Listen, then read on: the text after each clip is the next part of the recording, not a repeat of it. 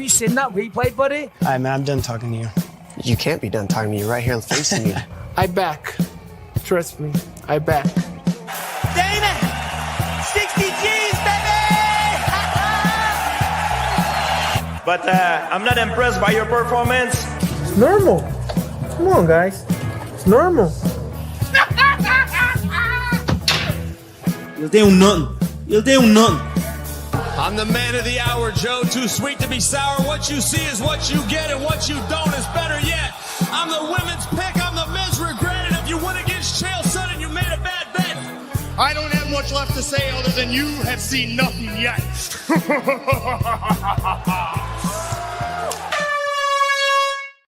What's happening, Fight Week Show fans, Fight Week Show people? Then we're back with another prediction show. And joining me is the Rambling Dad. We got Crossover MMA. We got Keith, kick him in the head, and MMA Normally. How's everybody doing tonight? Let's start with the Rambling Dad. How you doing, my bro? I'm good, bro. Yeah, I mean, like I say, just been doing some bit of editing in the background and finally fucking happy I got that stuff nailed. You know what I mean? So let's rock and roll. Let's get these picks done because we have all got a man to catch. Bro, you seemed like you was on a little tricycle there, man. And brother over here was teaching you how to ride that blood clot. But cross. How you doing, my bro? Man, I'm all good. You know, it's Friday, another prediction show. Get to chop it up with the boys before the card, and obviously we all trying to kick him in the head. Let's get it. What about Keith? Top of the table. We're still trying to catch him, but he's way yonder up there. How you doing, Keith? Are you feeling good? You know, I'm feeling good. It just kind of sucks that you guys are also you're trying to catch me because now I can't talk shit, but I'm doing amazing today. Thank you. Keith, the one response from grace because he didn't enter his picks early enough. Olin, how you doing? You working hard to get back up there? Fallen of grace is definitely the best way to put it, my friend. And I feel like every time I think Yao is within arm's reach, this freaking guy is gone, man. Just off into the distance, sailing off into the sunset. Things you hate to see, 101. No, I'm good. Other than that intro I got just now, I was having a pretty good day, you know? Yeah, I've been fucking with Olin since yesterday, man. Like, it's been a long week. Yeah, I'm on everybody's neck round here. You get me? But we got a prediction show to get to UFC Mexico. We're bringing it over down there, and let's see what the cards are saying for this week. Without further ado, let's get to the first. Oh no! Let's show the table, man. Y'all like to see it every now and again, don't you? Y'all like to see it every now and again. Let's put it up there for y'all. Y'all is right down. You guys talk shit about me than when you're being complimentary. It's really tough right now. Yo, hey, listen. You gotta rock. They gotta try and rock you to sleep, man, to snap your neck blood. You know what I mean? Like that's true. That's how we do it, man. You get me? Well, y'all's all the way up there. We got Cross in my crosshairs once again in second place. I'm right there with him. So's Olin. Hey, Osterberries, we promised to move him out of the way last week, and we moved him out of the way with UFC London. And he's got the Rambling Dad chasing right behind him. And we got Cage Scribe still languishing down there, but not as bad as Basement Jacks. Basement Jacks, the world is a right. Wild Basement Jacks is right down the bottom there, man. The world is in the right place, man. So let's get that first card up, and we're going to be coming to Cross for them all-important odds. Jordan, you're slacking, man. Like Cross finna take your spot, and he doing a good job. But like, hey, Hey, Cross is doing that good job, man. I ain't gonna lie. Let's do this. Okay, we got Austin Hubbard versus Mederos. Mederos coming in with a record of 9-1. Austin Hubbard coming in with a record of 16-8. Austin Hubbard fighting out the USA. So is Mederos, and these two are fighting it out in the lightweight division. What are the live odds on this one, please, brother? All right, so Austin Hubbard is a plus 130 underdog, and Mederos is a minus 150 favorite. Okay, and that's the live odds, people, not what's on the screen right there. The live odds is what we're working with, and that's just been supplied to us tonight by Leroy. Salute to Leroy putting all this together. Okay, we're gonna go around the round table, and we start with McDane on this one. McDane, let's start with you. I've got a juicy feeling that Austin Hubbard might take this one, boys. You know what I mean? The veteran might actually get this one done. He's coming off a loss against Alexander Hernandez, but I feel like he's you know what I mean? Mederos is coming in a little bit green, 9-1 on his record, like you said. Like I think there's a little room for this old vet to make some waves. Okay. What about you, Cross? I hate to say it, but I gotta go with McDane in this one, man. I'm feeling the veteran experience. You know, we gotta find 3 underdogs, so I'm taking an underdog. First fight of the night, Austin Hubbard to get it done. Olin? My guy. I hate to be bland and follow the train here, but I think we're all riding the same ride. We're all on the Austin Hubbard train, baby. Look, Austin Hubbard being plus 130 feels like a trap, right? But you know, I've fallen for worse traps in my life, kid. So I'm gonna fall for this one. I think Austin Hubbard is everything that these guys are saying. He's the veteran in this one. Other man's a little bit wet behind the ears still. He's a little bit fresh, right? He literally just got here in the UFC, and he also, I mean, Sean Moody, Manuel Ramsey, and Mederos by KO. Like I'm not mad at that. Can you throw the odds into the chat for us on that one, my friend? On specific KO, because I mean, again, for me, plus 130 almost feels like a value buy for Austin Hubbard here. I'm definitely sprinkling not only on Austin Hubbard on a solo bet, but I'm putting a full unit on him, and I also am putting another unit on him and another young man in a 2-leg parlay, and we'll get into that very soon. Ooh, okay, Keith, what you got?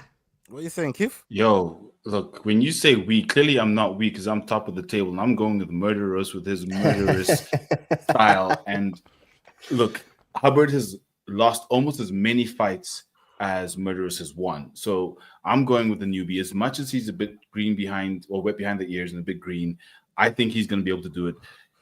Hubbard is a bit of a decision merchant. Mederos is a finisher. I'm going with the finisher. That's what we need. Another fight to catch some ground right off as soon as the fight starts. Yep. I don't trust you. Right there. That's what we need. That's what we need right there. I do not trust you, Cross. Yeah, I'm going to be going with experience as well. I'm going to be going with Hubbard. I mean, this takes me back to the Ultimate Fighters when they had the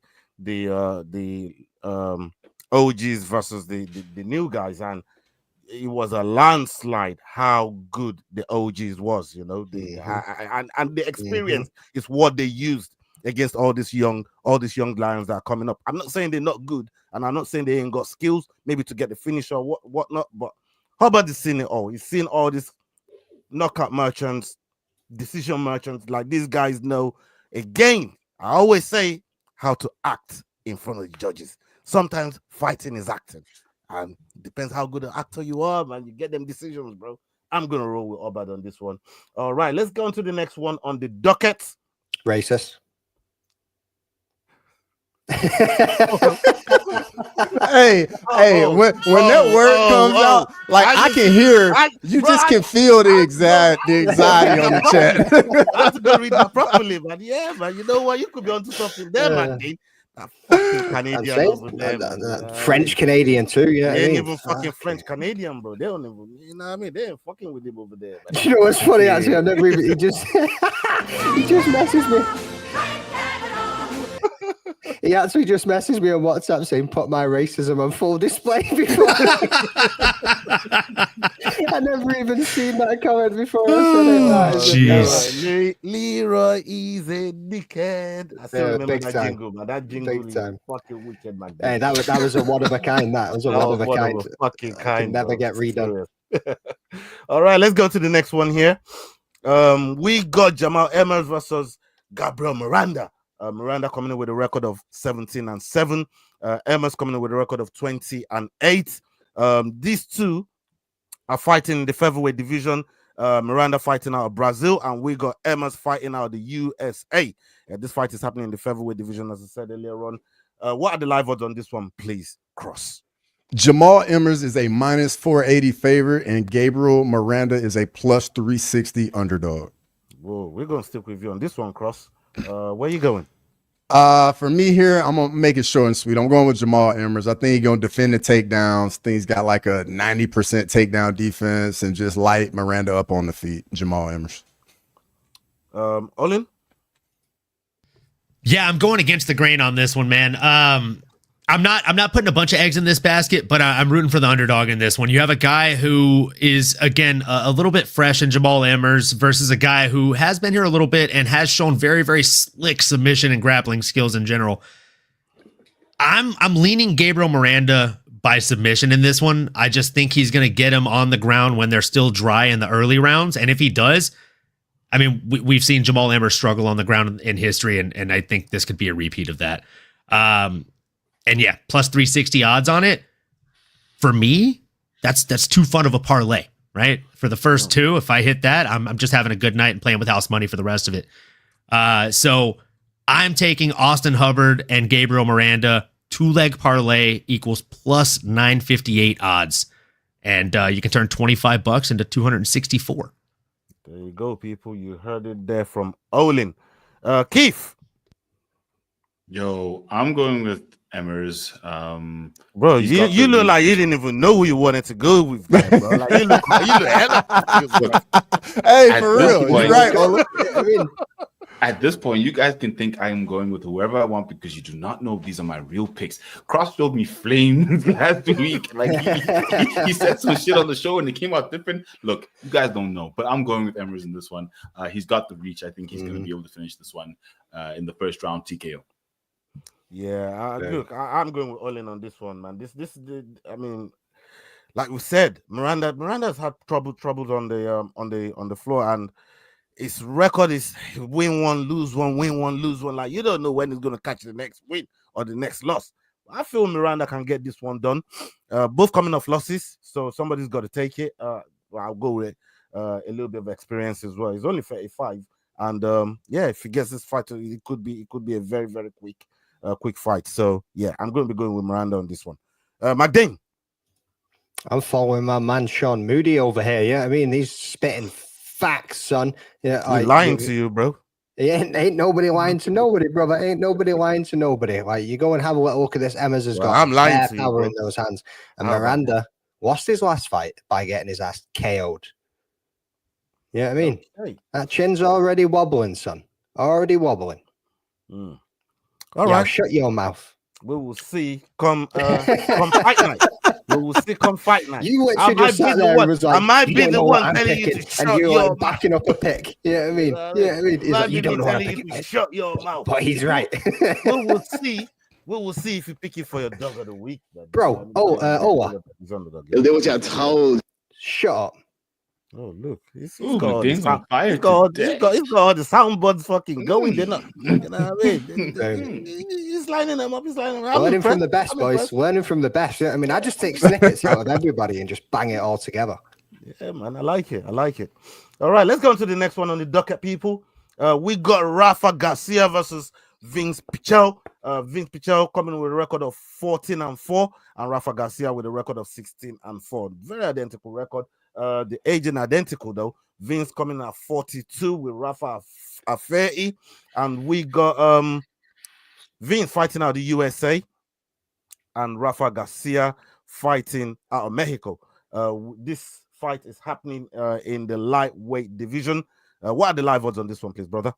Rafa Garcia is a minus 500 favorite, and Vinc Pichel is a plus 380 underdog. Okay, Olin, we'll come to you, brother. Well, my brain is telling me Rafa Garcia is going to get this one done. He is the more battle-tested guy. He's the more consistent guy, and he's the guy that goes out there and has a better strength of schedule, right? Especially in the last 5 years or so. But,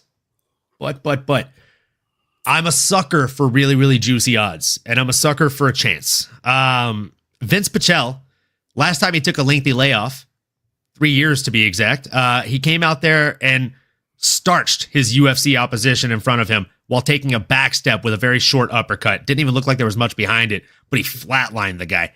I don't know that he can do that to Rafa Garcia, but I do know that he has power, and I know he's 42 years old. That's the biggest part of the conversation here. I'm sure you guys are going to go over the age discrepancy, But, you know, as a bit of an older guy myself, power's the last thing to go. You know, speed might not be there, cardio might not be there, but power's still there, and he's got it in spades. And Rafa, he's made a lot of mistakes on the feet in the past. We've seen him leave his chin up. We've seen him rush in with his hands down. Both of those things are a recipe for disaster against somebody like a Vinc Pichel. And you can get Vinc Pichel to win by knockout, TKO, or DQ at plus 1,800. To put that into perspective, you put $5 on it, you basically win 100. You get $95 back. From a betting perspective, other than that, I don't think there's a lot of juicy odds on this one. Again, brain is telling me Rafa's probably going to play it very safe, and it'll be the most boring fight on the card. But as a UFC fan and as a fan of the dog, I'm sprinkling just a tiny little bit on Vinc Pichel inside the distance by TKO. Let's see if Yao agrees with you. Look, Olin didn't even make a pick. He just gave odds and what he was like. He didn't even make a pick. What I'm saying, but I love this group, dog. I love this group. I technically picked Rafa. I just said I'm not gonna bet on him because the odds are shit. That's how we left it confused the last time, bro. You know what I mean? I'm sorry. I learned the last time. You guys, honestly, like I was finished. But look, yeah, I'm sitting there every week taking notes. I got my eyes on you. I'm going with Rafa Garcia in this one. By decision, I think it's going to be a tough fight when you go up against someone with as much, at the age of Vinc Pichel. They always play it safe, but I think Rafa Garcia by decision. Yeah, for me, it's going to be Rafa Garcia. He's just one relentless motherfucker, man. Like, he just walks forward. He's always looking to walk you down.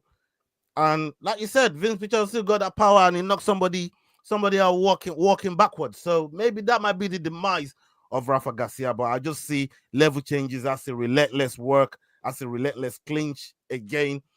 Good acting for the fucking judges, and I see him taking this to a decision. So yeah, I'm gonna be going with Rafa Garcia on this one. What about you, Magdane?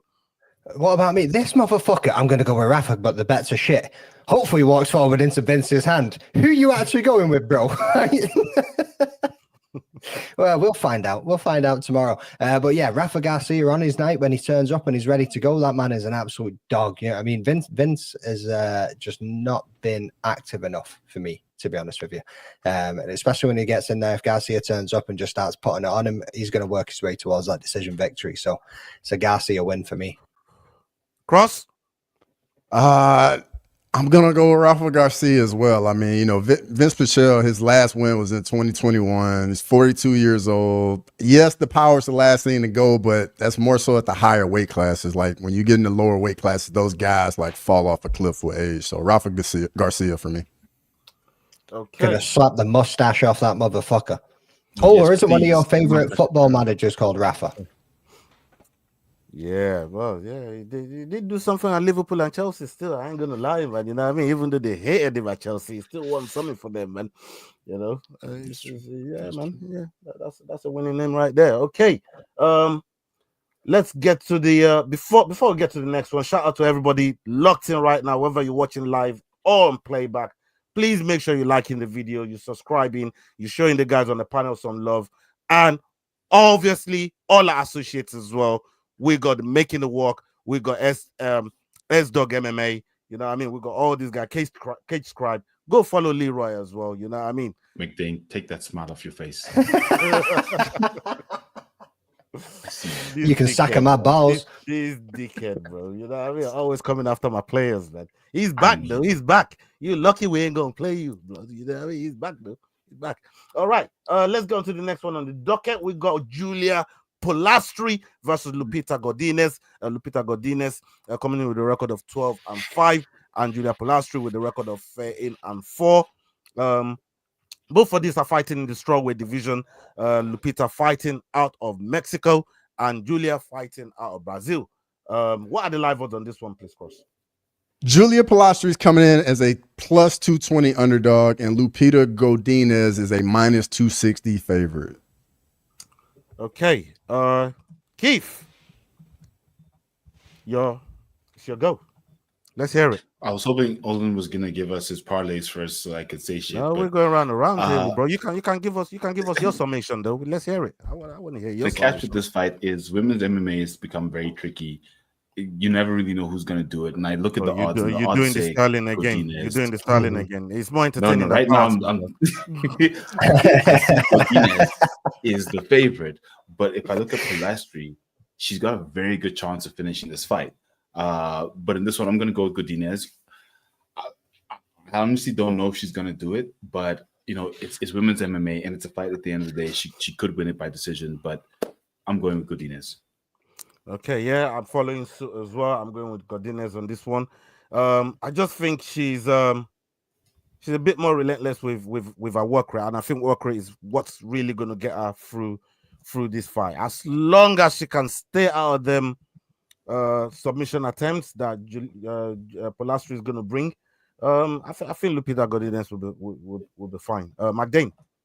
Yeah, I think you need to go back and have a look at the levels of competition that both of them have came across. You know what I mean, Lupita Godinez with Mackenzie Dern, Verna Jandaroba, Ateba for Richie, and then you've got Polastri coming off a win against Corey McKenna. Corey McKenna's not looked great in the last couple of bouts, and obviously she got the split decision over in that one. But before that, Josephine Knutson, whatever you want to fucking call her. But yeah, I just think Knutson, mate, Knuts shows you Knuts. I just think the levels of competition that both of these girls have come up against, we're going to see Godinez get back into the winning column in this one. I think she'll be able to get it done. So, yeah, man, that name sounds like King Canute from one of them Viking shows there, man. You know what I mean? I got to jump in here just because I know McDane will love this. It's got to be pronounced Nutson, considering her nickname is Thunder, and you got to know it's Thunder Nuts, Thunder Nutson. Yeah. That's her nickname. You can look it up on Tapology. No. Knutson was a joke, brother. Yeah. Wait, no. Yeah, but they don't work it, but no, you Thunder just go ahead and Nuts. hit it, bro. You just go ahead and hit it, blood. You know what I mean? Just like Harry Don't Potter's work got it back, Knuts, blood. you know what I mean, or whatever the fucking whatever the currency is called, Knuts. Cross. We're coming to you, my guy. I mean, I'm liking what I've heard about this fight, but I'm just gonna throw something else out there. Lupita Godinez trains at altitude. She trains in Guadalajara, Mexico, at elevation. Julia Polastri, she's in Rio de Janeiro, which is pretty close to sea level. So that's enough for me. I'm going with Lupita Godinez. Yes, sir. That works. Okay. And on Typology, Olin, it's Psycho Nuts, not Thunder Nuts. Oh my God, you guys. What? Yeah, no, I'm not even joking. It's Psycho Nuts. On Typology, I'm seeing Josephine Thunder Nutson. All right, I'll fucking share my screen right now if you want. Don't do it. McKay. I mean, do I not get to give my pick for this one? Oh, yeah. If you want to skip me, you can skip me. That's fine. I just checked it, and yeah, It's Psycho Nuts. Right. It's Psycho Nuts. Why is it showing Thunder on mine? Why are you guys? Do you guys have a different Tapology page than we do in America? He's looking at Polastri. He's looking at Polastri.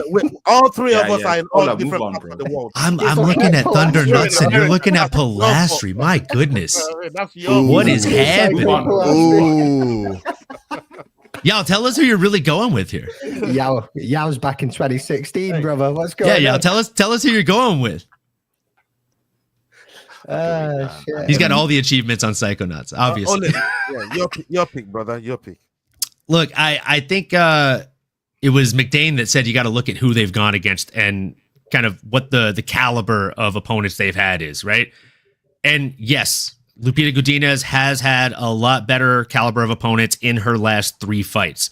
Tabitha Ricci, she got the split decision win over. It was arguable.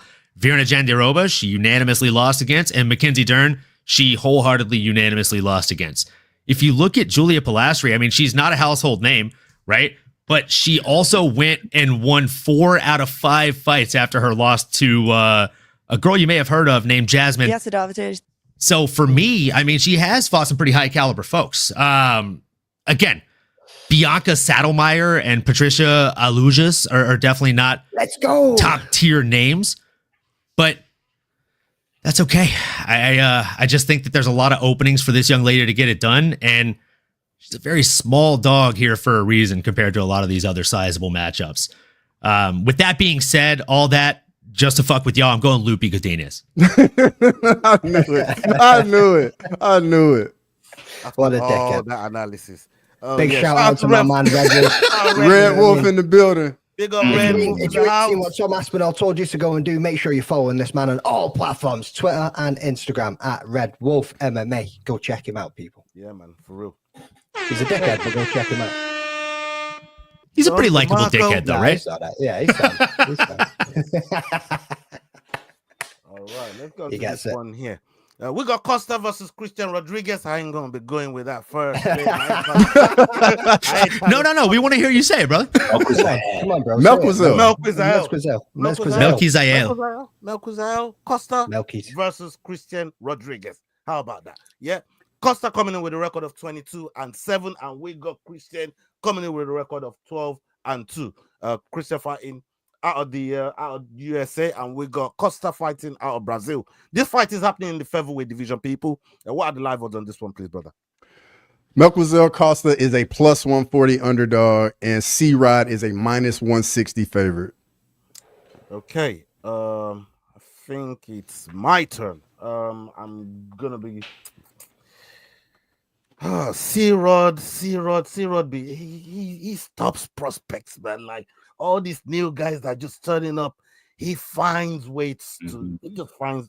I mean, what he did to Saimon, I still think Saimon until what's the brother's name? Talbot. Until Talbot really dealt with Saimon, I didn't see that loss because that was a catch weight. That loss went a bantamweight, man. But C-Rod is gone up to 145.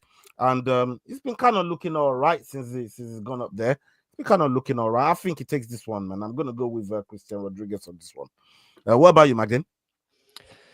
This is a tough one, right? So the last few fights that C-Rod has been in, I've picked C-Rod every time. Like you say, he's been the prospect killer. But when you go and look at Costa, like this dude is levels in himself. You know what I mean? Like the grappling that comes out from this guy, and then you go back and if you have a little look at C-Rod's record, the last fight that he lost was against Julian Erosa by a guillotine choke.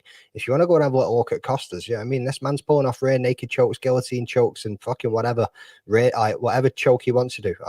Like a little cheeky Ezekiel might pop up at some point. You know what I mean? But and C-Rod's only lost in the last 5 his submission as well. So that's what I'm saying. That's what I'm saying. So you look at it like from on the feet and being able to take it the 3 rounds and actually stop these prospects from coming up because he knows how to play the fight. C-Rod all day. But then when you take the grappling aspect and the ferocity that's going to be coming out of Costa, the submission is live too. So I might have to go against C-Rod for the first time in a little while, boys, and take Costa on this one. Yeah, man. That bit there just made me think twice. You know, it's like a little light bulb moment there. But you know what? Who knows? But who knows what C-Rod going to do, man? He just be stopping these motherfuckers coming up, and I think he does it again. But what about you, Cross? Let's hear what you got to say. Just like McDaniel said, man, this is a really tough fight, really close fight in my opinion. You know, both guys have looked really good as of late. Costa just fought 1 month ago, got a finish over Andre Philly, looked really good in that. A little nugget for this fight, though. Costa trains in altitude in Sao Paulo, Brazil. So, as we all know, this fight is in Mexico City at elevation. So, with that being said, I'm going with the underdog in Costa. TJ Warren, you absolute legend. Smash the likes, people, and he just gifted 5. That's the American idiot in the house. Big up, American idiot. My guy, TJ Warren. Big love, my bro. Salute to you, brother. What about you, Olin? Yeah, man, I'm actually going with the dog on this one, too. I really like Melquizael. Good old Melk, man. He just, how long ago did we see him in the octagon? Like a month ago? And 1 month, yep. He went out there and did that to Andre Touchy-Feely. Like, I know I wasn't expecting that. I thought he definitely had a chance in that fight, but I didn't expect that. Like, he made Feely look a lot newer in the octagon than he actually is, right, boys? And with that being said, like C-Rod is definitely a thug. I love watching C-Rod fight, and I truly feel like I said it on my show as well. This is like one of those comic book matchups between Wolverine and the Hulk, right? Or the Hulk and the Juggernaut. It's an unstoppable force versus an immovable object. What happens when they clash, right? Both of these guys, what they do is they stop hype trains. That is, if they each had a superpower, that's their superpower. They come in here and they just derail the guy that's up on a good win streak.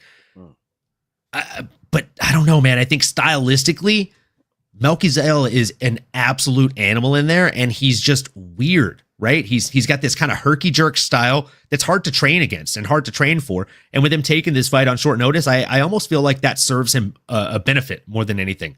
Because with all due respect, I don't feel like he fights any differently depending on who he's fighting. He always goes in there with the same game plan, and that's to fight his fight. Whereas C-Rod is a stylistically trained fighter where he's going to train to fight the guy he's going in there to dismantle. What happens when he doesn't have a lot of time to actually do that? I'm not sure. Give me Costa, and not only am I liking Costa, but I got a weird feeling he gets it done inside the distance. Ooh. I can see C-Rod getting clipped on the feet, shooting for something, and getting gillied. I don't know why. I literally had a dream that he got guillotined last night. So, yeah. Don't do it, Olin. Give me Costa. Give me Costa. I'm not betting on a specific submission or a specific round. But I am sprinkling on Costa on this one, man. All right, Yao, what are you saying, brother? I'm curious about Owen's dream. Like, what happened after you saw him? You don't want to know about Owen's dreams, bro. But look, you have to pay extra for those episodes. Those are only available on Patreon. And if you want to buy the sheets, they're for sale too. On OnlyFans. Owen fans. Olin's fans, yes. Look, I'm going with C-Rod in this one. If I look at his work rate, by the way, they both fought about a month ago. And if I look at their activity, they are both equally as active in their past 4 fights. I think they fought 4 times in the last year and a half, both of them. But if I look at the work that C-Rod puts in, how he beat Cameron Saimon, how he beat Raul Rosas Jr., like you said, stopping the hype trains, I think Costa is more along the lines of a hype train. As much as he's 22-7, he's got a lot of fights in his career. I think that Rodriguez is going to do it again. He's going to say, look, I'm here to stay. I am that fighter that can win any fight. Let's go. I'm going with C-Rod on this one. Okay. Let's get on to the next fight on the docket. Where is it? Yeah, here we go. Time. Yeah, we got Ateba Gautier versus Jose Medina. Jose Medina fighting out of hold on, where's Medina fighting? Bolivia. Bolivia. I was about to say. I ain't never seen that flag there before, man. I'm like, where the hell that flag come from? But yeah, that flag look good. He's fighting out of Bolivia, and we got Ateba Gautier fighting out of Cameroon. This fight is happening in the middleweight division. Ateba coming in with a record of 6-1, and Jose Medina coming in with a record of 11-4. What are the live odds on this one, please, brother? Ateba Gautier is coming in at a -480 favorite, and Jose Medina is a +360 underdog. Okay, McDane, we'll come to you. All right, I went first on the last one, but sound. You're looking at your brother, is it Jean-Paul Gaultier? He's coming in pretty green, and he's got some knockout power in his hands, from what I can see. I never seen his fight in was the Dana White Contender Series, and I did see Jose Medina on the scales, and that brother came in with some fire. You know what I mean? And I know the man's coming off back-to-back losses, which were in like the last year and a half or so. You know what I mean? But I believe this is make or break for my man Medina. Like, he's got to get this done, otherwise he's probably going to be getting cut. You know what I mean? So I might take a spark and a little sprinkle on the old dog in this one. Okay. Medina by submission, firing that out. There you go. Cross. So I feel like this fight is one of those where everybody's coming in on the hype train of Gautier. And, you know, for the people that didn't get to see him in Contender Series, yes, he won it, but in the 3rd round, he was slowing down and he was starting to gas. So as we know, this is the altitude, and Medina's a dog. The guy can take a lot of damage, a lot of punch. I mean, if he can weather the storm early, Gautier could possibly gas later in the fight. But I'm gonna go with Gautier to get him out of there inside the distance. Olin? Yeah, I hate to be boring, but I'm riding with the train here, man. I think Jose Medina goes out there, probably gets it done inside the distance. Gautier goes out there and gets it done inside the distance. As Cross said, like, this is make or break for Medina. He needs this win. But I think it's him drawing a bit of a short straw in this one. You got a man that's got tons of power in Gautier, and I don't think this is going to be a different kind of fight for him. I think he's probably going to go out there and look to flatline his opponent within the first 5 to 7 minutes, which is more often than not his MO, right? He typically gets it done inside that first round. But I will tell you, every minute after 7 into this fight, it does favor Medina a little bit more. That's the only thing that I worry about. So if you're a capper, if you're a gambler, I would say if you're betting heavy on Gautier, I would say maybe bet him inside the distance and bet Medina by decision. I think that would be the safest hedge you could do on the entire card. But yeah, kick me off the bar stool, man. Who you got? There you go. Yo. I'd love to go for Gautier in this one. Cameroonian, heavy striker, just like Francis.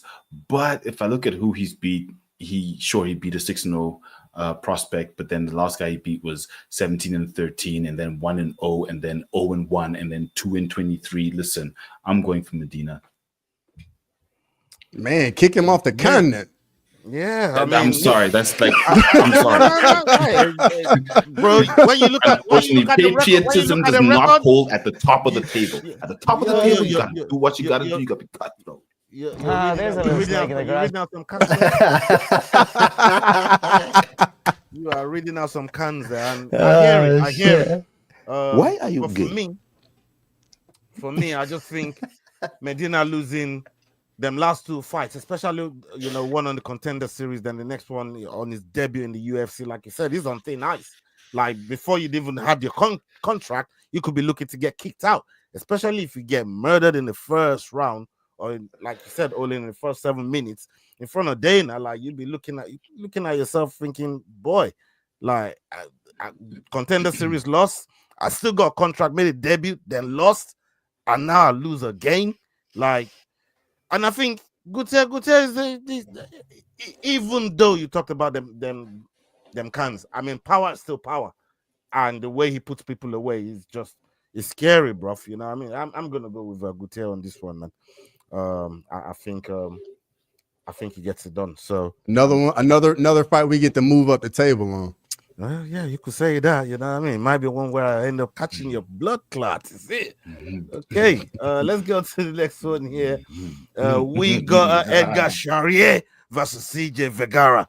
CJ Vergara with a 12-6 record, and we got Edgar with a 11-6 record. This record is kind of identical. CJ fighting out of the USA, and we got Edgar fighting out of Mexico. This fight is happening in the flyweight division. What are the live odds on this one, please, brother? Edgar Chairez is a -260 favorite, and CJ Vergara is a +220 underdog. Okay. We're sticking with you, Cross. Let's hear it. Man, both guys are coming off losses, tough fights, actually, especially Chairez was in an absolute war with Joshua Van. CJ Vergara, man, he got beaten up pretty badly in his last fight against Ramazan Tamirov, and he's kind of a slow starter, and that's just not good. But for me, I'm gonna go with Edgar Chairez to get it done. Olin?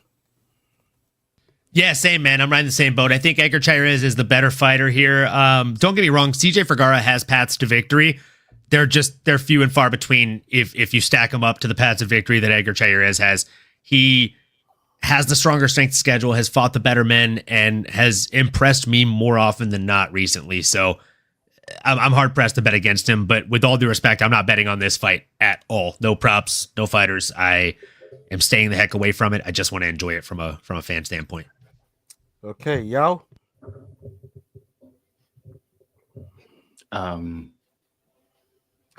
Okay. Make your mind up. I'm going. Okay, I'm going Vergara in this one. I think everything that Olin just mentioned, he will be able to just edge out. As much as he lost to Tamirov in what was a bit of a battle, he also lost to Asam Mabayev. He's lost to some very high-level guys coming out of the Tajikistan wrestling area versus going up against Chairez, who's more of a striker. So I'm going to go with Vergara in this one. No, I'm going to be going with Edgar on this one, man. You know what I mean? I just think there's that submission danger there for me, and that's the only reason I'm going with Edgar here. And like you said, he's seen a lot of tough guys, both identical records, but there's a finish in Edgar Chairez, and I think if he gets hold of CJ, and CJ ain't trying to run away from him like he's been doing in his last fights. That's all he does. You know what I'm trying to say? So maybe Edgar can grab hold of him and and make him tap. So yeah, I'm gonna be going with Edgar on this one. McDane? I think I've said it before about CJ Vergara. He seems to be like the guy that they give to see what's like the prospects to get him past him and then move him on, see where they can go from there. Yeah, I mean, like the man can crack. Like he can crack, but when he gets cracked, like you boys say, he does kind of hide away from it and kind of move out of the way and run off a little bit. You know what I mean? But when you're looking at the range that Chairez is coming there with, like you look at his previous fights and how he's gone at them, and obviously the submission threat being there. Don't be wrong, CJ Vergara's takedown defense is all right. It's not too bad, you know what I mean? But I think eventually Chairez will be able to get him to down, whether he peppers him on the feet a little bit and just softens him up and manages to get the takedown, or if he just times it right. You know what I mean? But I think the submission is there, so it's Edgar Chairez all day for me. All right. Okay, let's go on to the next one on the docket, people. We've got Ronaldo Rodriguez versus Kevin Borjas. Kevin Borjas coming in with a record of 9-3. Ronaldo coming in with a record of 17-2. This fight is happening in the flyweight division, and we got Kevin Borjas fighting out of Peru, and we got Ronaldo fighting out of Mexico.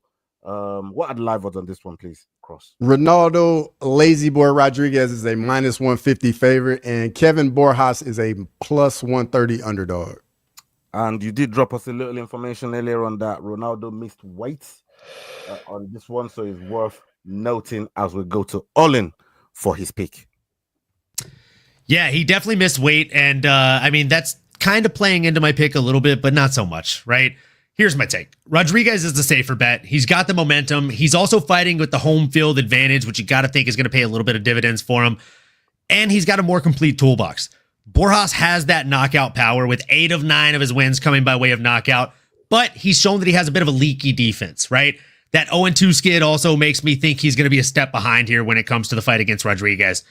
We also know that Rodriguez can weather an early storm. We've seen it in previous fights. He's going to mix in takedowns late in the fight if need be, and he can grind out a decision if it calls for it, or he can get the finish early on. I'm going to call Ronaldo Rodriguez. If I had to tell you how I think it's going to go, I'd probably say by decision, unanimous decision here. Keep that win streak alive in front of the home fans. Keep the Cinderella story going, aside from the weight miss. But don't sleep on Borjas, right? If he lands clean and he lands early, it could be lights out and a sad, sad ending for the Cinderella man.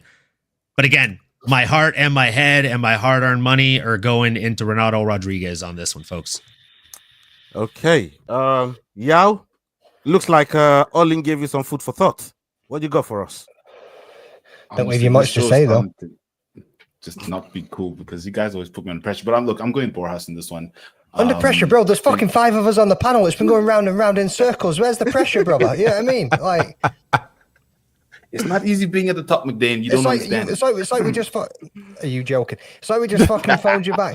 I lost last year by 1 point, bro. I know what it's like being on the top. Don't talk to me about pressure. But pressure makes diamonds, son, to get to fucking work. Get to it, yo. Look, I'm going with Borjas. As much as he's on a 2-fight losing streak, and you've got Ronaldo Rodriguez on a streak, 25 in the world flyweight. I'm going with Borjas. I think he's going to have just the edge to get over the weight miss. And, you know, when you miss weight, it could mean you didn't train, right? I don't know. I mean, we saw Chidi winning, even though he lost weight and the doctor stopped him. So, look, I'm going with Borjas because I don't think Ronaldo might be ready for this specific fight. Okay. Now I'm going to be going with Ronaldo on this one. I think you guys are going to see the Joshua Van type fight in this one, man. Just grinding, just taking him to task. A lot of grappling as he come now. This is going to be looking for that submission as well. If he gives it up, but yeah, I think Ronaldo Rodriguez and the weight means, like you said, it could be a disadvantage, but it could also be an advantage, and that's That's one of the reasons why I'm leaning towards, because he's coming in just that little bit heavier. Who knows how much that weight difference can make the difference in the results of this fight. So I know he's going to lose 30% or 20. Is it 20% or 30% of his purse? But we're fighting for points over here. You get me? So yeah, I'll go with Ronaldo here, man. That's smart money right there.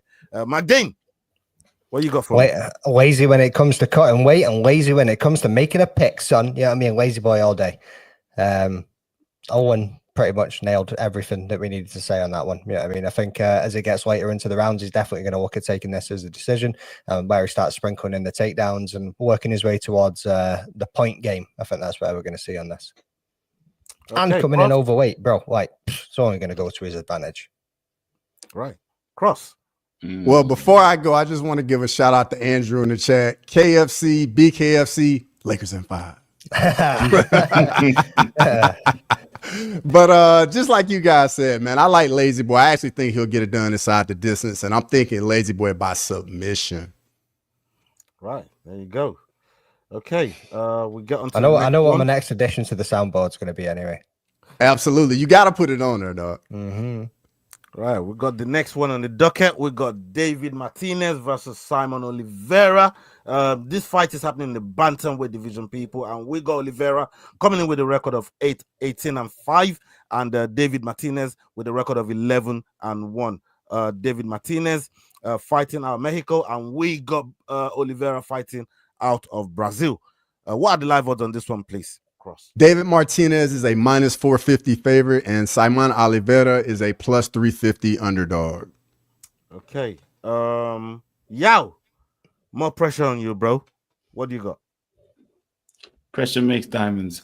Look, I'm going. Now you want to now he wants the pressure. Now he wants the second pressure. 2 minutes later. Shit. Look, I'm going with Martinez in this one. I think Oliveira hasn't really been very active. Last time he fought was 2 years ago. Ring rust is a real thing, so that's why they put this prospect who's 11-1 up against him, who's 18-5. So I'm going with Martinez in this one to finish it in round 1, simply because of ring rust. Yeah, I'm going to follow suit. There's a lot of power coming in with Martinez on this one here. And again, look, I've always said it, man. Bantamweight for me is just one of the most dangerous divisions out there. They got speed and power, and they can light a motherfucker up. So for me, yeah, I think this one's going to end early. I'm going with Martinez on this one. Magdane? Yeah. I mean, being a Mexican card, you've got Saimon coming off that 2-year layoff, and on the back of that being fucking back-to-back losses too. And pretty much what Yao said as well, it seems to be a little way up for the new blood to just work his way in there, get a win under his belt, and keep going forward. So I'm going to be picking Martinez in this one. Cross. I'm going to keep it short and sweet. Martinez. Olin? With that being said, I'm just going to keep riding the momentum here. David Martinez takes this one. I'm leaning towards a finish probably in round 2. He's got the striking edge. He's got the home crowd momentum. Oliveira's had a long layoff. The shaky UFC run, I'll be honest, hasn't inspired any confidence in me personally. And Martinez has decent enough takedown defense to neutralize Oliveira's grappling early on. I'm predicting a Martinez TKO probably midway through round 2 in this one. Okay. We move on to the next one on the docket, people. We got Raul Rosas Jr. versus Vinc Morales. Vinc Morales coming in with a record of 16-9. Raul Rosas Jr. coming in with a record of 10-1. That one, Ciro did put that there. Yeah, that's right. You heard it. Vinc fighting out of the USA, and Raul Rosas Jr. fighting out of Mexico. I don't know why he got the USA flag there, man. That boy come with the mariachi thing. You get me, people. But we got the live vote coming from Cross. Cross, what do you got for us? So Raul Rosas is a minus 500 favorite, and Vinc Morales is a plus 380 underdog. Yes. There. I like that. Okay. Who we going with next? It's me next.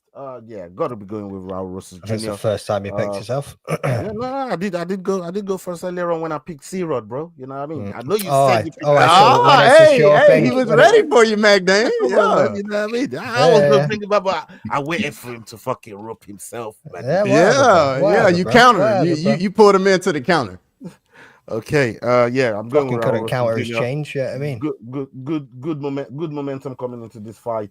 I've always liked his style. It looks awkward though, man. He looks uncomfortably built. I don't know how he makes 135. It's crazy, but yeah, you gotta go for Raul Rosas Jr. And I think he's gonna pull out another submission here. Let's see what McDane thinks though. yeah, coming off back-to-back losses against Taylor Lapalus and Elijah Smith, you're obviously again on a Mexican card. Got to be looking at getting Raul Rosas Jr. on this one. El Nino Problema is going to be taking some neck home. You know what I mean? Or getting some neck when he gets home. One or the other. Cross? Vince Morales only got 54% takedown defense against a heavy grappler with a very high output and high paces, Raul Rosas. I think it's just Raul Rosas is going to shoot, get him down to the ground, just manhandle him, man. I see a submission finish as well. Raul Rosas Jr. He's been training an attitude, brother. Olin. Yeah, man. Again, I hate to ride the same wave as everybody else here, but Raul Rosas Jr. gets it done. He's too fast, too strong, too young, and too good on the ground for Morales to handle, especially at altitude. The crowd's only going to do him favors and help lift him up into victory, too. Like, he's made for moments like this. He's been training since a very, very early age. He's the only person the only person in his family that is not a professional fighter or hasn't professionally fought before is his mother. His whole family is made for this stuff, right? But Morales is tough as nails, has that 70-inch reach, might land some shots early, but he's also been fading a lot in fights. So I don't think this is going to be any different, right? Rosas wrestling is probably going to wear him down early. I see him dragging him to the mat very early on and looking to secure something like a rear naked choke or a guillotine quick in this matchup, and keep on keeping on, keep riding that wave, man. Yeah, man. He's been impressive since he's been on the scene. What about you, Yao? Couldn't even hear that. You were that far away from you, Mike. That's all I got. Did this guy just try to bust a grind? I did. Take it away, talk it away, and all that. I'll do it again. Don't do it again. No.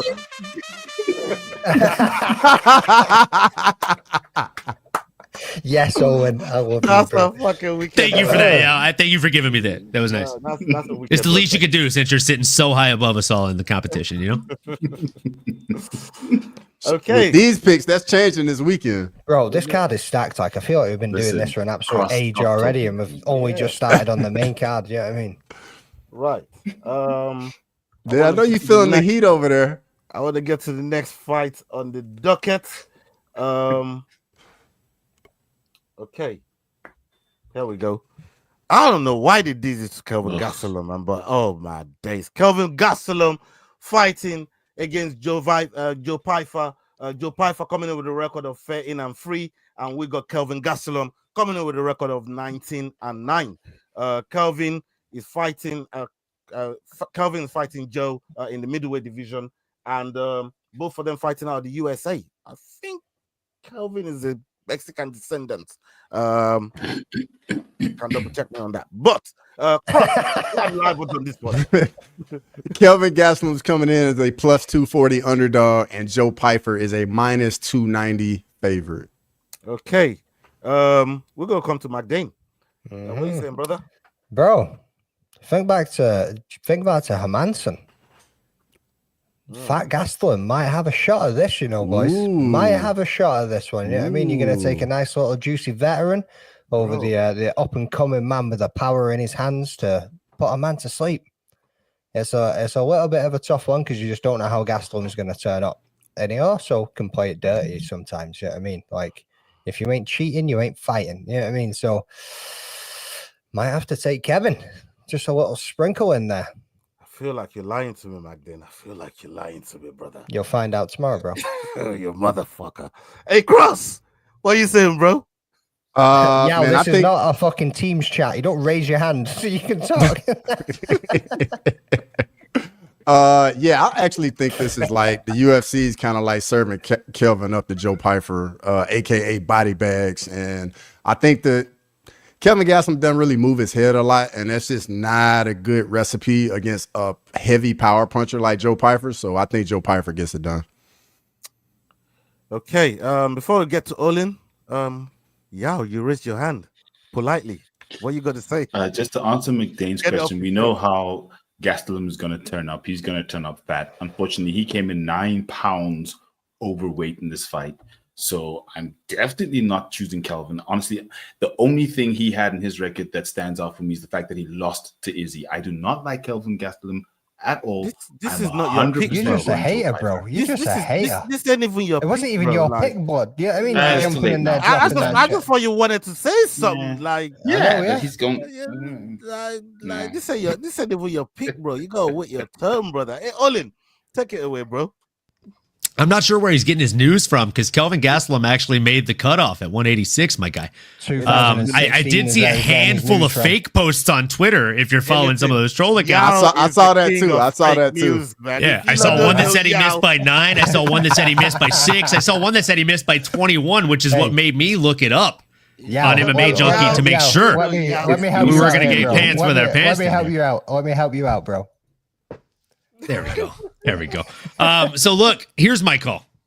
This is a lot closer than the odds suggest, people. Pyfer is sitting at a minus 300 something right now, right? Like now he's actually minus 285, but I digress. Either way, Gastelum does not deserve to be in the plus 200s in this one. And I'll tell you why. I'm actually leaning towards Kelvin Gastelum by decision after thinking about this last night. Pyfer's got the size and power, and if he lands clean, if he lands early, he's probably going to make this a really tough night and make history by being the first person to knock Kelvin Gastelum out. Think about that, folks, being the first person to knock Kelvin Gastelum out.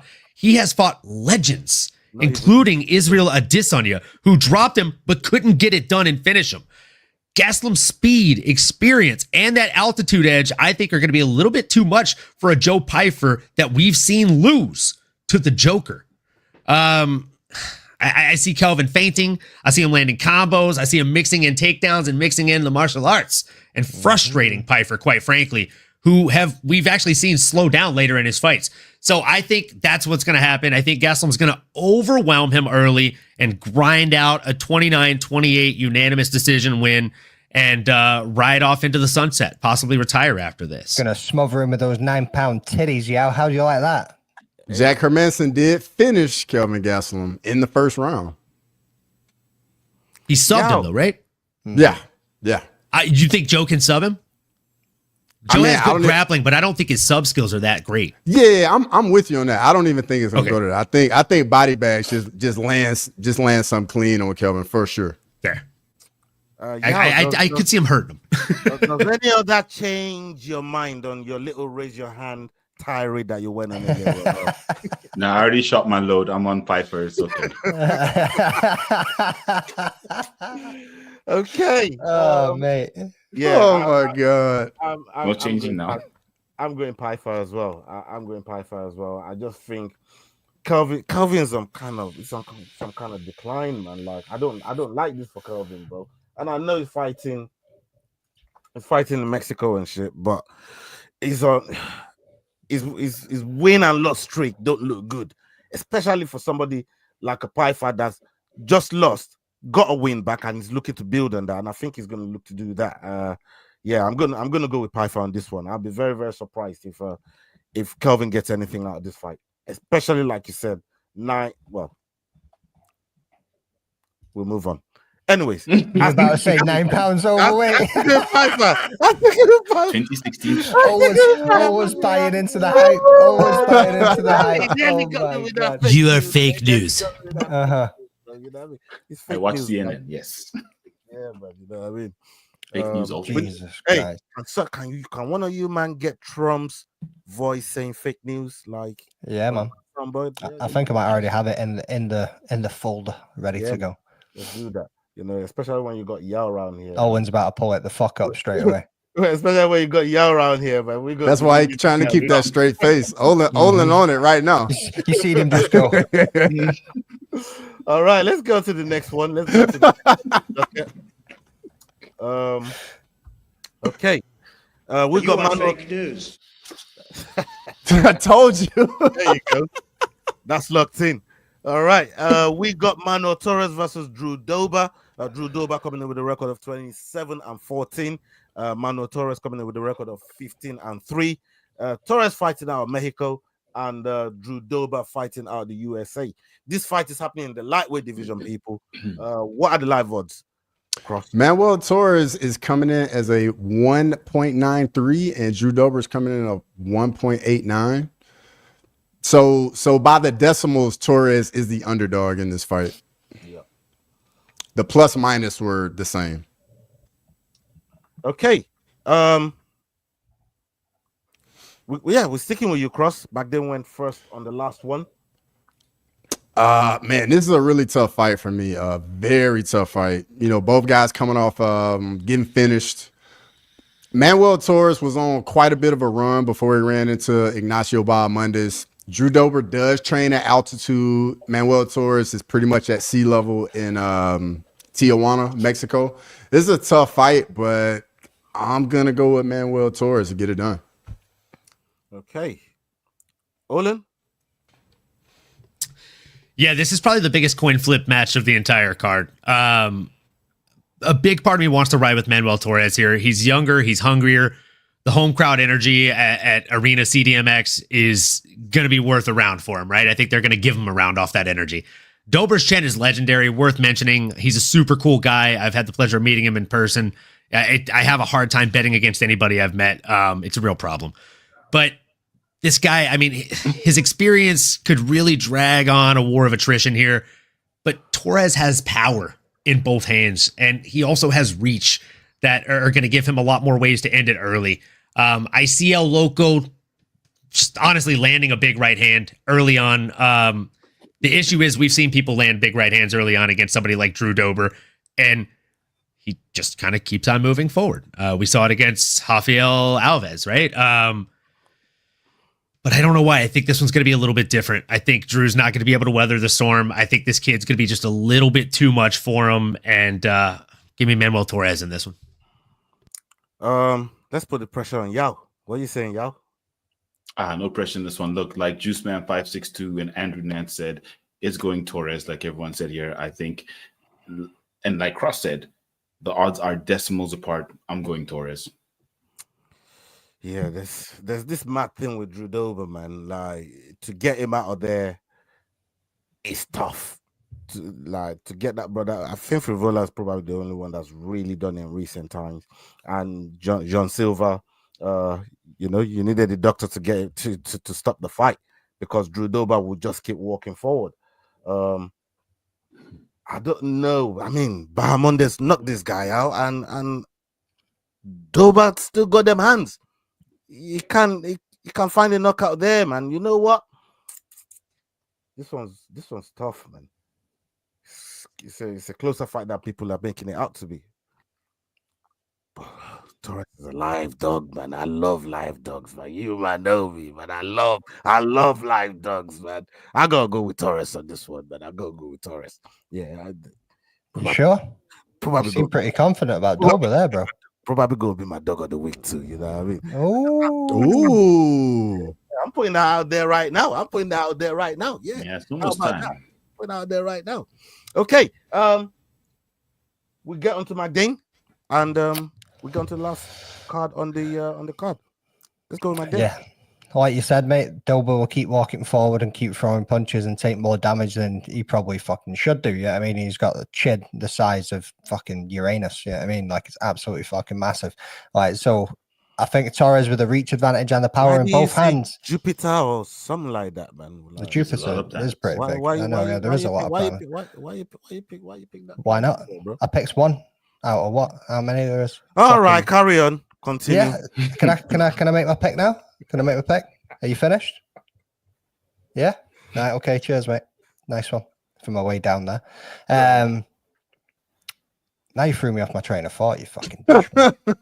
Yeah, I mean, I was on a roll, bro. I was on a roll. So yeah, talking about faction. So what the other thing that I think is that Dober's probably taken too much damage over his last few fights, and there's probably going to be a little bit of scar tissue in there that might just get smashed open, and that doctor stoppage might just come forward once again. Too much blood, brother can't see. Face is getting beaten up.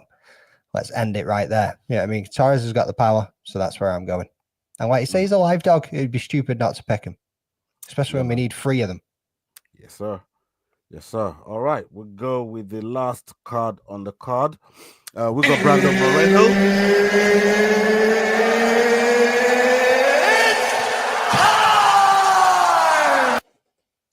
Yes, sir. It's Brandon Moreno versus Steve Erceg. This fight is happening in the flyweight division, and we got Brandon Moreno coming in with a record of 22-8-2, no contest, and we got Steve Erceg with a record of 12-3. And this fight is happening in the flyweight division, like I said. Erceg fighting out of Australia, and we got Brandon Moreno fighting out of Mexico. What are the live odds on this one, please, Cross? Brandon Moreno's a minus 240 favorite, and Steve Erceg's a plus 210 underdog. Okay, Olin, this one's on you.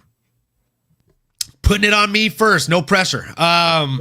Look, man, I went back and rewatched a fight literally yesterday before I did my episode. And that fight was Steve Erceg versus Alexandre Pantoja. And I remember watching that fight fairly intoxicated in Cancun, Mexico live. And me and a lot of people that didn't speak the best English all thought that Erceg won that fight watching it very intoxicated. So I went back and rewatched it yesterday, and what I found is he didn't win that fight. But he put up one hell of an effort, and I think stylistically that showed me that he's going to be a really, really bad matchup for Brandon Moreno, who I really like. And Brandon Moreno is a veteran. There's a reason that he's over minus 240 favorite here. But with all that being said, I truly think that he's not going to present the grappling threat that Pantoja was able to present when the going gets tough. And Erceg does have one-shot power, especially for a flyweight. Like, this guy is strong as hell. He packs a wallop, but it's tough to bet against a veteran like Brandon Moreno, right? Like, he is crafty as hell. He always finds a way to get it done. And how many fights did he have with Davison Figueiredo? Doesn't matter. I'd watch 10 more. You almost had me thinking you were going to be going Erceg there. I was like, not a fucking shot. He plays with us.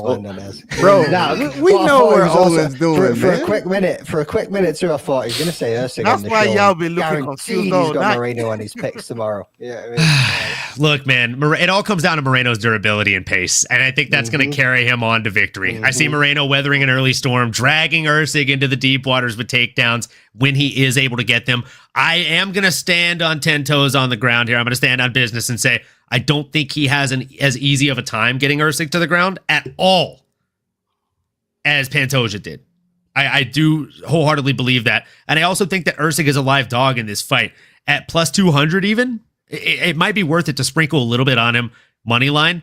But if you're going to sprinkle on him, again, there's a lot juicier odds you can sprinkle on him to get it done inside the distance. And I think if he has a chance at beating Brendan, probably going to be inside the distance. That being said, gun to my head, give me the guy that likes Legos just like me, man. I'm going Brandon Moreno. Okay. Yo. Lego.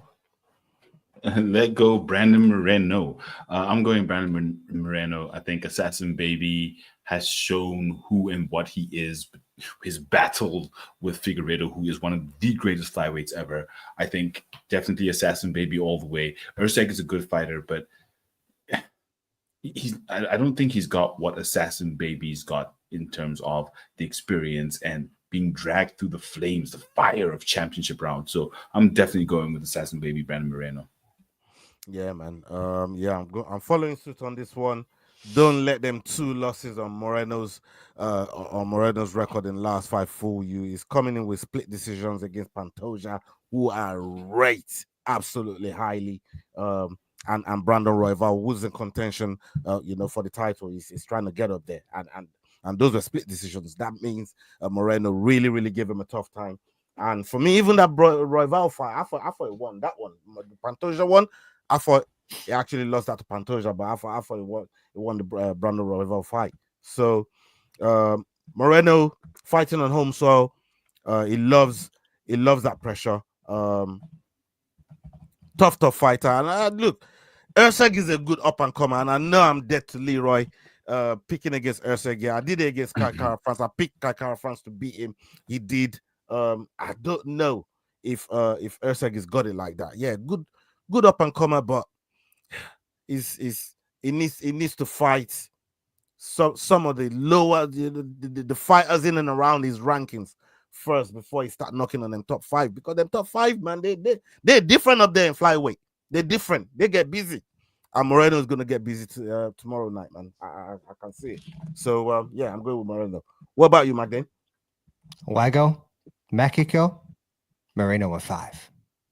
There you go. That's the way that it's going to be going, boys. Yes, Yeah, I mean, like you said, everything that you've already said. Yeah, I mean, like, even though Erceg, yes, does have that one-shot power, we've seen Moreno get cracked before, and that brother will just keep on pushing forward. Really, yeah, I mean, Moreno. Even if he gets cracked and goes down to the ground, Erceg's going to make the mistake of, let's go down there with him. Yeah, I mean, and then you're going to see Moreno just shell up, pull him into his guard, wrap him around, get back to his feet, and just start whiting him up again and buy himself a little bit of time just to get his head back on straight. You know what I mean? But nah, like you say, bro, like that top 5, we've seen Erceg jump from rank 10 to getting a title shot, and then they've been putting him up against the killers of the division that have been up there for the last few years. You know what I mean? And there's a reason that they've been up there, because the killers. I believe Erceg is good, but he does need to have a couple more guys that are at his level just to creep him up towards that and give him the experience that he needs to be going up against these absolute vets. You know what I mean? So yeah, Moreno in 5, boys. Moreno in 5. It's all fake news. It's phony stuff. It didn't happen. Oh, you're ready for me. I love it, man. I love it. Cross, finally we come to you, brother. What are you telling us? Steve Erceg, coming in with off of 2 losses. The Pantoja fight was a great fight. Lost a close decision, and then really took a tough loss in the Kaikara France fight. I think that loss is going to stick to him a little bit, and it's probably going to affect his confidence a little bit. And then on top of it, Brandon Moreno has been in so many big fights, so many 5-round wars. He's already fought in Mexico City, so he's familiar with the altitude. He knows how it feels, trains at altitude. So for me, I'm going with the assassin baby, Brandon Moreno. Okay. I think with that loss as well, it kind of shows what I was saying about like the levels that might have been up there. It was really fight IQ that let Erceg down. Like in that 5th round where he really could have gone and won that fight against Pantoja, he decided to start grappling him and try to hold him up against the cage and just didn't do enough. But yeah, self-sabotage. You know what I mean? He threw that belt away. That was so much more frustrating to watch the second time, McTane. That was so much more frustrating to watch the second time. That's why I literally finished my story with rewatching it by saying, yeah, he didn't win that fight. We'll just say that. He literally threw it away. Like he literally threw it away. Yeah, it looked like it was good though. So, okay, that's the end of the card there, people, and we are going to come to Yao for the first dog of the week. Where are you going, Yao? What do you pick? So I'm gonna be straight up with you guys. I'm gonna lie to you in your faces, and I'm going with Austin Hubbard as my dog of the week. Shit. Oh my god. Yeah, just to check if you're paying attention, but I'm going with Austin Hubbard. Yeah, I already said it. I'm gonna go with Torres. I just think it's too much of a live dog. I think he's got the power to really open up and cause some damage on Drew Dober. Drew Dober is a tough guy. I recognize that, and I know he's got hands of his own. But yeah, I think Torres is a good live dog, man, and can get it done. So yeah, I'm going to be going with him. Wait, can you pick Manuel Torres as your dog of the week? I got him as a pick 'em right now. Nah, he's a dog in the decimals. Oh, dude, that's even better. Yeah. Oh, dude, yeah, that's a solid pick, Ola. I'm not mad at that at all. I'm looking at it like, we can do that? Yeah. These American odds got me fucked up, bro. What I never understand is, Leroy sends these picks through. He's got 3 different types of odds on this shit. So how are you deciding who's the dog and who's not? Like, I thought we were going off that one website with that if one. If you look on the list, it's put the U towards the underdog, and the favorite don't got nothing next to them. I can see that. So that's how you can tell. You ask how you tell. I just told you how you can tell. But he puts 3 different fucking odds up. Which ones are going off? You know what I mean? So the way it works is if the plus minus. Odds, so let's just go with whatever one suits it being an underdog. Is that basically what we're saying? No. The way it works is if the plus minus is the same, then we go to the decimals. You see the U right. Okay. There? So you just work your way down. You see the U right there. So if it's a pick'em, you just go with whoever is less of a pick'em or the dog of the pick'em. I'm not talking about the U. You know what I mean? Like, those odds right there aren't the last ones that That's Leroy so put in interesting. I've avoided 3 pick'ems that I can think of because I didn't realize that was the case. I always just assumed like if it was pick'em, I was going off the American odds. Yeah, Leroy told me that a few days ago, actually. Interesting. Okay, cool. That's gonna change the way I think about things a little bit. I mean, we all have access to this fucking card right here, man. Everybody got access to it, man. It's right there in the group chat. You gotta read it, people. You gotta read it. Yeah, it's when I open my phone and I have like 380 unread messages where I'm like, gonna skim these. You're missing. That's why you did. That's why you did put your pick in the. That's how you did put your pick in the last time. You know what I mean? I didn't get my pick in last time because my freaking nephew played with my phone and turned off my damn notifications, bro. Shit. No, and then I drove to Vegas to go watch the fights and didn't think about the fact that, hey, you know what? It's odd that I haven't gotten 87 pop-ups from this group chat. Owen just came in with the 4-week later. I had a back injury. That's why I lost the fight. It was spinal, bro. Wow. Spinal. McDane, your dog of the week. Yo, so the last couple of weeks, I've picked the dog of the week that nobody else has picked, and I've been sitting going, you know how long I've been waiting for this? Woo, I'm about to make a name for myself here. Kelvin Gastelum.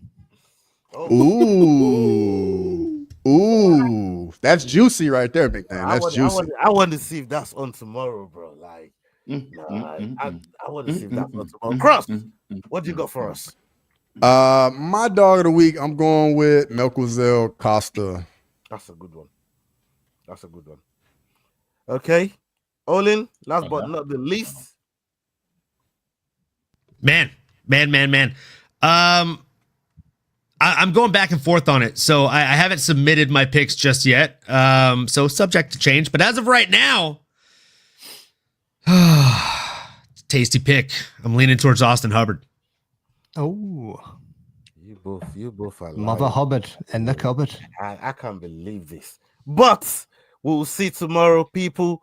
Make sure you tune in for the Fight Week show. We're going to be pulling up next Wednesday with Dust Up Shakedown, and we got Modesta Bukauskas is going to be joining us on Dust Up Shakedown next week Wednesday. It's going to be a fucking wicked one. So make sure you turn on your notifications. Make sure you're following all these guys. You're going to be seeing recaps of some of the guys that work with our channel over here.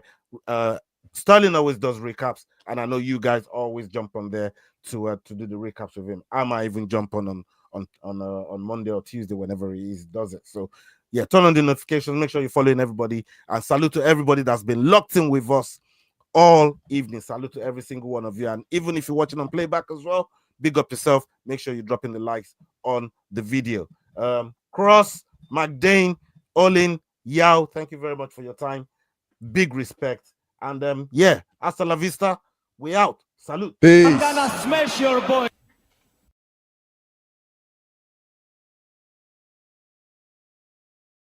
Hey guys, this is John Anik from the UFC. You're watching the Fight Week show. Please subscribe. Not now, but right now. Subscribe to the Fight Week show. We'll see you guys on the road soon.